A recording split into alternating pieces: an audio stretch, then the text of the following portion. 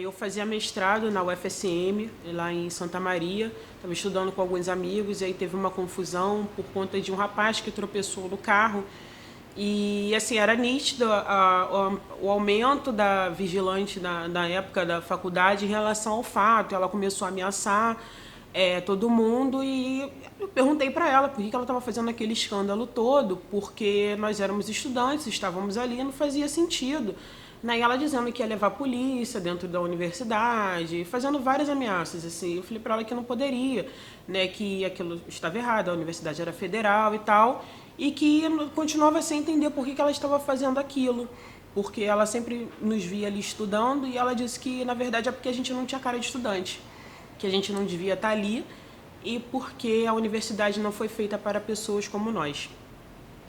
E depois desse fato, eu perguntei para ela, então, mas por que nós não temos cara de estudante? Porque, assim, nesse dia nós estávamos estudando, já teria até um congresso, e estava todo mundo no computador, com livro, caderno, anotando, que nós estávamos realmente estudando um texto, por coincidência, do Carlos Moore, e tinham pessoas brancas circulando, levando cachorro para cima e para baixo, que não eram da universidade, que estavam ali só a passeio para levar o cachorro para defecar.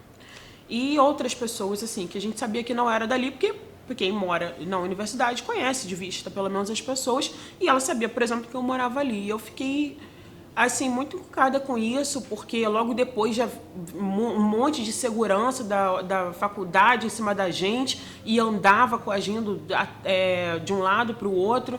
E aí um amigo meu, branco, que percebeu o que estava acontecendo e presenciou, foi registrar uma queixa com a gente. E lá o policial não queria registrar queixa porque ele disse que a gente não tinha legitimidade para falar de racismo. E aí eu perguntei para ele o que era ter legitimidade para falar de racismo, se o problema era porque nós éramos negros ou porque ele não considerava todo mundo ali humano para poder registrar uma queixa. E eu lembro que nós chegamos na delegacia muito cedo e saímos de lá quase meia-noite. Nós só conseguimos registrar queixa porque esse meu amigo estava lá, né? E aí ele abriu o depoimento, começou a questionar e depois nós conversamos, né, sobre isso, assim, ele falando que, nossa, como que pode, como é que os direitos não são assegurados, né? Porque o policial chegou a falar assim, não, vai lá e pega o nome dela e traz aqui. Aí eu falei, engraçado, porque se ela diz que eu sou suspeita por algum crime na rua, você me prende e não pergunta quem eu sou. E não vai pedir para ninguém. Então eu tenho que ir lá perguntar pro criminoso qual é o nome dele para trazer, levar na delegacia. Aí ele ficou morrendo de raiva, né? E começou a dar algumas desculpas. Isso rodou um tempo. Eles continuaram perseguindo. Eu comecei a ficar com muito medo e aí eu tinha alguns amigos, né, que ficaram muito preocupados também com a situação e que falaram, olha, já que a gente tem o privilégio, né, porque ser branco no Brasil é um privilégio, a gente anda com você para onde você precisar, porque a gente está realmente preocupado contigo, né? E aí eles iam, quando eu precisava almoçar, eles iam comigo dentro da universidade, iam comigo até a aula, tal, mas quase sempre tinham segurança andando atrás de mim, assim, na questão de coagir mesmo, como se eu tivesse cometido o crime. E isso me marcou muito, porque eu fiquei com muito medo de chamar atenção, né? Mudou meu jeito de vestir, tudo. E eu tinha, por exemplo, medo de ser abordada na rua, né? Logo depois eu voltei para o Rio e eu fiz uma denúncia mais séria, porque aquilo para mim foi muito absurdo. E eu recebi uma ameaça por telefone, duas mensagens racistas e de morte. E aí eu fiquei com medo de voltar. Eu não acredito que ninguém que eu conheça tenha feito isso, até porque ninguém quase sabia de tudo e sabia da denúncia. E eu acredito que tenha sido, porque foi justamente quando eu comecei a receber resposta dos órgãos aos quais eu fiz a denúncia, que a mensagem chegou e eu fiquei com medo de voltar, né? E foi muito doloroso, porque eu me esforcei muito para estar no mestrado, para gente que tem família negra, que sabe a dificuldade que é estar em determinados espaços, né? Tomar coragem para viajar. Eu tinha quase que R$ 200 só por mês, às vezes menos, para gastar com comida, com tudo. Eu trabalhei em obra para conseguir me manter lá. Eu fazia o que dava, sabe? Para conseguir, às vezes, só comida para conseguir continuar estudando. E isso foi tirado por conta de uma pessoa que é racista. Né? Quer dizer, eu não tenho direito de ir e vir e uma pessoa dessas não pode, porque ela tem a vida toda pela frente. Mas ninguém perguntou se eu também não tinha a vida toda pela frente, não questionou isso. Né? E isso me deixou com muitos problemas, assim, de medo de andar na rua, medo de ser acusada de qualquer coisa. Hoje, por exemplo, eu penso em fazer doutorado, eu fui chamada para fazer doutorado fora, mas eu tenho medo de viajar. Esse ano foi a primeira vez que eu viajei sozinha. E mesmo assim, o tempo todo com medo, medo de mala, medo de perder alguma coisa, medo de passar por alguma situação. Então, o tempo todo, sempre pensando e sempre com medo de passar por alguma situação de discriminação. Porque assim, eu não vou passar... não é algo que você... Racismo não é algo que você um belo dia passa. Não, você acorda, você liga a televisão, você não se vê. Aí, às vezes, você tem uma família interracial problemática que te trata diferente, sim, porque uma pessoa que diz que seu primo nasceu com cabelo bom e que você nasceu com cabelo ruim, ela vai te tratar, sim, diferente do seu primo. E você pega o ônibus, e aí, assim, eu moro na Zona Sul de Niterói, né, e as pessoas ficam olhando. E não é um olhar de admiração, é um olhar do que essa neguinha tá fazendo aqui. E por mais que as pessoas falem, você adivinha o olhar, a gente sabe quando a pessoa olha pra gente de um jeito ou de outro. Né? Todo mundo sabe. E fenótipo objetivo, eu posso esconder sexualidade, eu posso esconder um monte de coisa. Agora, eu não posso esconder que eu sou preta.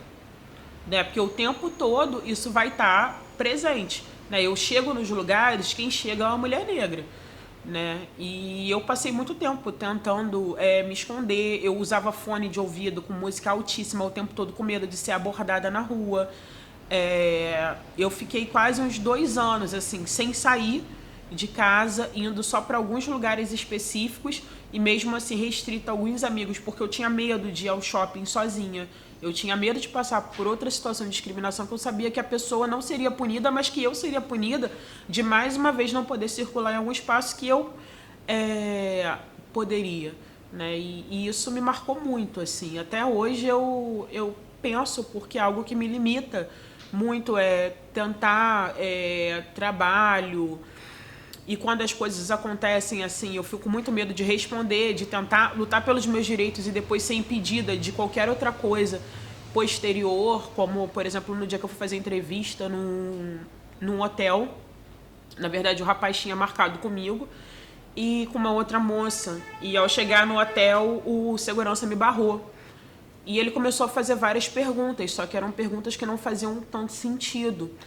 E no final, ele queria ver minha carteira de trabalho. E eu falei, olha, essa moça ela vai fazer a entrevista também. Aí ele, não, mas eu quero saber de você, o que você veio fazer aqui? Eu falei, olha, eu já falei que eu vou fazer entrevista e nisso a moça subiu. A moça era branca.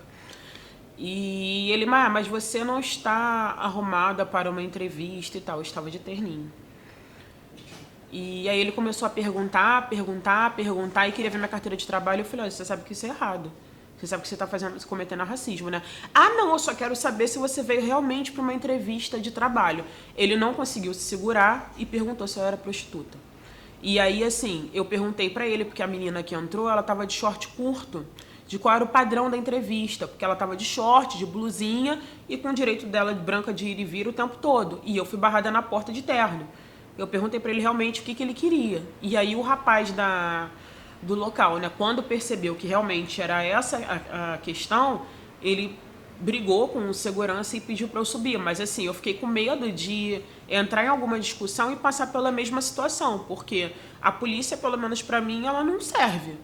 Né? Serve muito mais para coagir. Então, se acontece algo do tipo, eu não posso contar com a polícia. Né? A polícia brasileira ela não está preparada para isso. Ela está preparada para alimentar o projeto de genocida de Estado, mas não para defender pessoas que sofrem discriminação racial. Né? Enquanto não tiver um pensamento humanizado, que as pessoas tenham a humanidade e serem corretas também nesse discurso racial, não tem como confiar na polícia. Né? Como eu já tive várias situações, quer dizer, eu pago as minhas contas, cumpro todos os meus deveres de cidadã, mas quando eu preciso de algo, eu não tenho. Né? E isso foi, eu acho que o que mais me marcou e ainda me marca. Assim. Acho que são coisas que precisam ser superadas aí na vida.